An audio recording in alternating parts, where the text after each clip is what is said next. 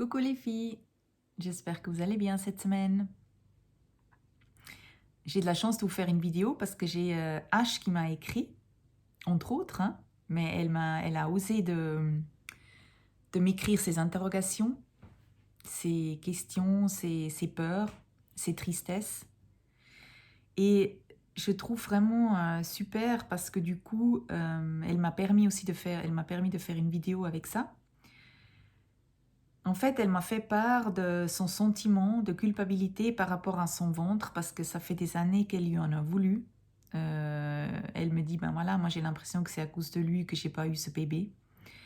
Et je me rends compte que je l'ai délaissé et que je l'ai rejeté pendant des années. Elle me dit qu'elle l'a tenu responsable pour que bébé vienne pas. Elle me dit qu'elle a beaucoup de tristesse à guérir et qu'elle sait qu'elle aimerait y apporter de l'amour, mais elle ne sait pas comment faire. Et qu'elle n'arrive pas à se laisser aller, à faire confiance. Donc elle est déjà, vraiment, elle a déjà pas mal travaillé sur elle ces derniers temps. Je rigole déjà parce que voilà. Et là, ce que je peux lire quand elle me fait ce message, c'est que elle me fait part que... Enfin, déjà, je ressens que c'est quelqu'un qui est très exigeante envers elle-même. Elle me fait part de sa quête de devenir meilleure. Elle me fait part de sa quête de corriger des choses. Et quand elle me fait part de ça, ça veut dire que si on doit corriger quelque chose, ça veut dire qu'on fait quelque chose de faux. Et si on doit devenir meilleur, ça veut dire qu'il y a quelque chose de mal en nous. Donc elle me fait part, et elle me l'a confirmé après, mais ce que j'ai ressenti, c'était vraiment cette question, est-ce que je suis une suffisamment bonne personne pour mériter d'être maman? Donc elle me fait vraiment part, par son énergie, de la question, est-ce que je mérite d'être maman? Est-ce que je vais être une bonne maman? Ce qui fait que ces échecs, elle les filtre à travers cette question. Donc elle estime qu'elle n'est pas encore prête pour être une bonne maman. Ce sentiment vient du fait qu'elle a l'impression qu'il y a un juge au-dessus d'elle qui est en train de lui dire « ça tu fais bien, ça tu fais pas bien ». Et il faut encore améliorer ça. Et si tu auras amélioré ça, ben, je vais y réfléchir de te donner ton enfant. Donc de nouveau, on est dans ce schéma que j'ai fait il y a quelques vidéos en arrière. Je veux mon cadeau. Si je ne l'ai pas, c'est la confirmation que je fais quelque chose de faux. Dans ce cas précis, je veux mon cadeau, il ne vient pas, c'est la confirmation que je ne suis pas encore une bonne mère. Et ça me touche beaucoup parce que vous êtes... alors après, les questionnements, les filtres sont vraiment chaque fois différents. Mais là, si je reprends le cas précis du filtre, est-ce que je vais être une bonne maman? Ce qui est un même titre que est-ce que je suis une bonne personne? Ça me touche parce que moi aussi, j'étais dans cette quête-là. Moi, j'ai été pendant des années convaincue que je pouvais améliorer des choses en moi et si j'améliorais suffisamment des choses en moi, j'allais avoir mon bébé naturellement. Donc, je voulais avoir la confirmation de l'univers par un enfant naturel que j'étais une bonne personne, que j'étais aimée. Et à un moment donné, j'ai compris que ce n'était pas ça, que ça ne pouvait pas être ça. Et je crois que ça va être un peu le défi de H ces prochains temps, c'est qu'elle va devoir se dire oh, ok, il y a peut-être un problème ailleurs que je dois aller voir, et ce n'est pas un problème de je m'améliore et j'aurai. Et j'ai beaucoup de gens qui m'appellent, enfin de femmes, qui m'appellent et j'entends au téléphone qu'elles ont l'impression que si elles viennent me voir, ben, c'est la case à cocher pour avoir leur cadeau. Le problème, c'est qu'on ne sait pas quelle case on doit cocher. On ne sait pas combien de cases on doit cocher. On ne sait pas combien de pièces du puzzle on doit récupérer. Mais une chose est sûre, ce n'est jamais l'idée de devoir quelqu'un d'autre. Ce n'est pas l'idée que vous devez devenir quelqu'un d'autre, que vous devez être quelqu'un de meilleur pour avoir votre enfant. Il n'y a pas de juge au-dessus de nous. Il n'y en a plus. Il y a peut-être eu nos parents, mais il n'y en a plus de juge. Et votre bébé non plus, elle n'est pas en train de vous regarder et de rigoler et de dire « ah ah ah ». Là, elle n'est pas encore prête, mais dès qu'elle aura fait juste, dès qu'elle aura fait ça, moi je viendrai.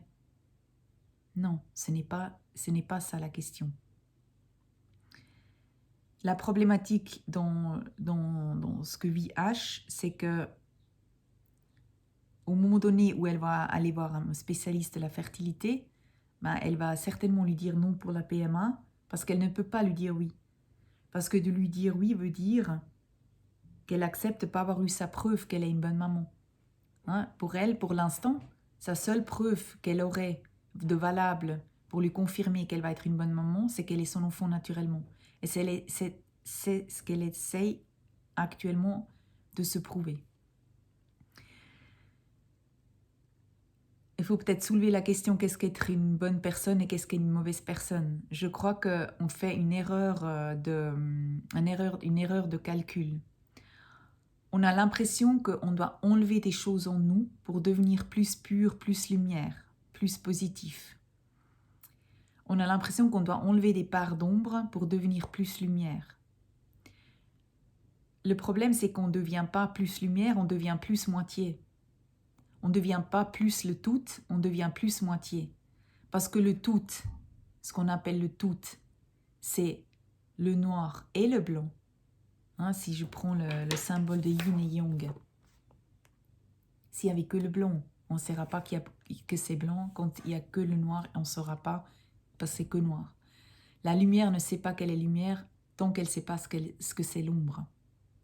Il faut vraiment vous dire ça.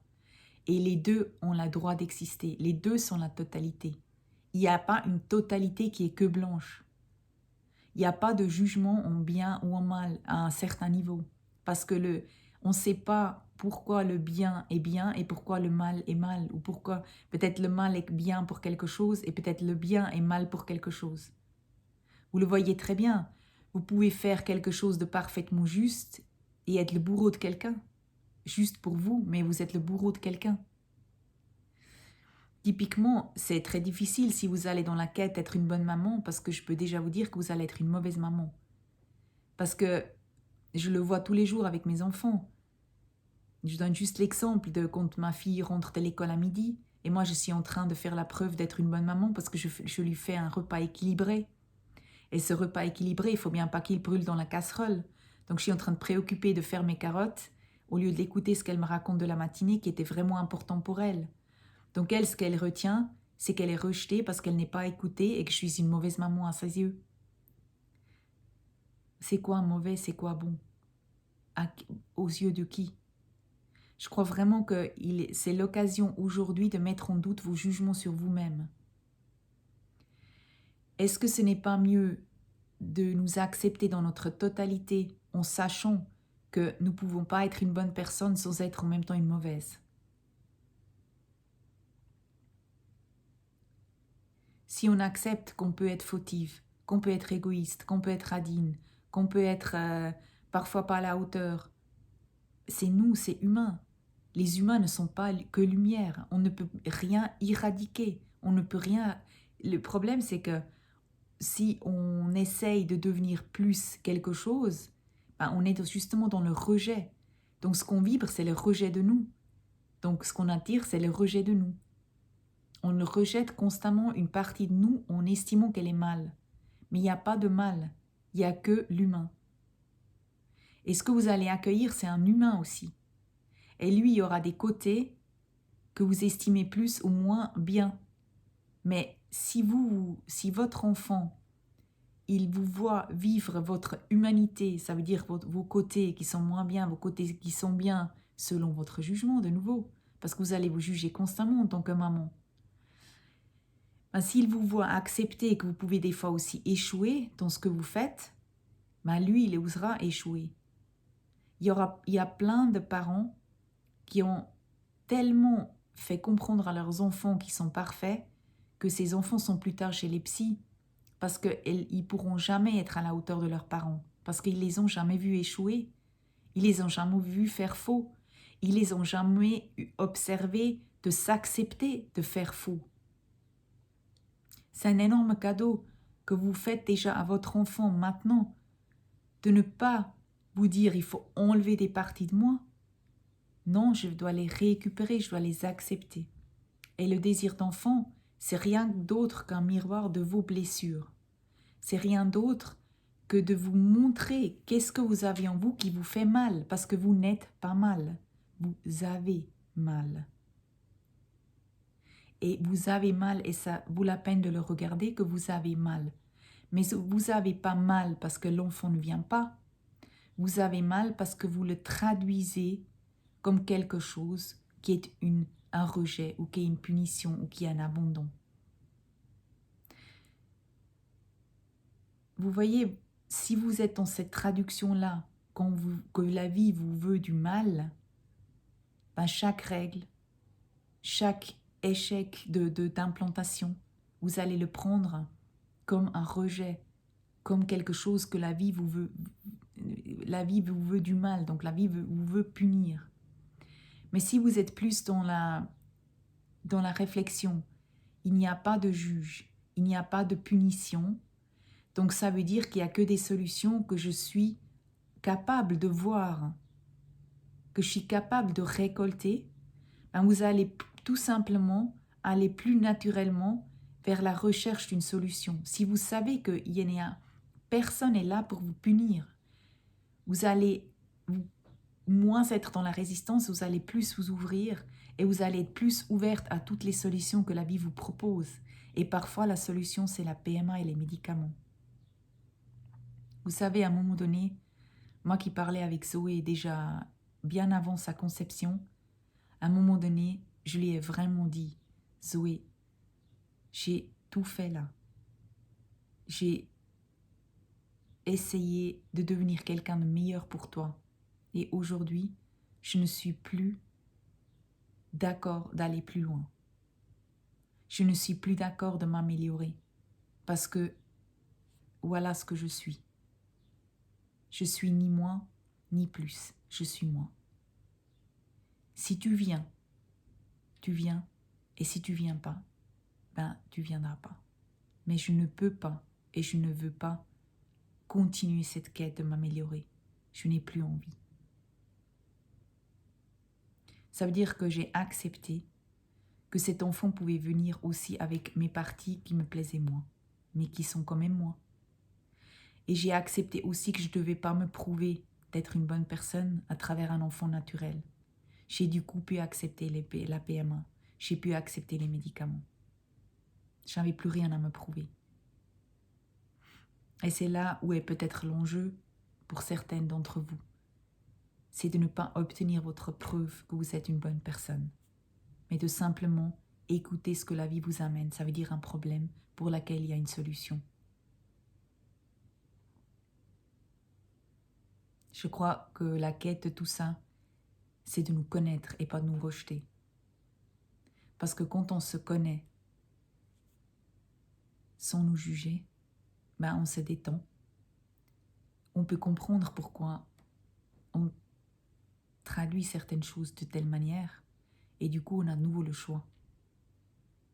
Si on est face au médecin et on a l'impression de subir son choix, ben on va forcément tout faire pour faire foirer le projet. Si on sait que nos traductions fait qu'on a cette impression, on peut choisir de nouveau. Qu'est-ce que je veux penser? Qu'est-ce que je veux faire? Et je peux du coup avoir l'impression d'être actrice de ce que je suis en train de faire et d'être d'accord avec ce que je suis en train de faire. Et c'est hyper important. Il faut être d'accord avec ce que vous êtes en train de faire. Et ne faites pas les choses pour avoir le résultat. Faites ce qui vous semble juste aujourd'hui pour vous. Parce que vous ne savez pas ce que cette pièce que vous êtes en train de créer en ce moment va vous montrer, va vous dire, cette pièce que vous êtes en train de créer du puzzle. Soit ça va être la dernière pièce, ou ça va vous donner l'indication de la prochaine. et une pièce et une pièce va donner votre image.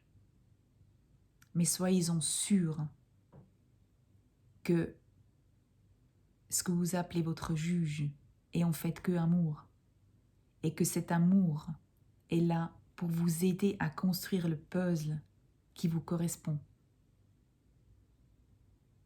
C'est peut-être autrement que vous avez cru, c'est peut-être même mieux que vous avez cru. Ce n'est quelque chose qui est peut-être pas dans vos mains, mais c'est quelque chose en quoi on peut croire si on veut arrêter de se sentir puni par l'extérieur et de se dire non, il n'y a rien pour me punir.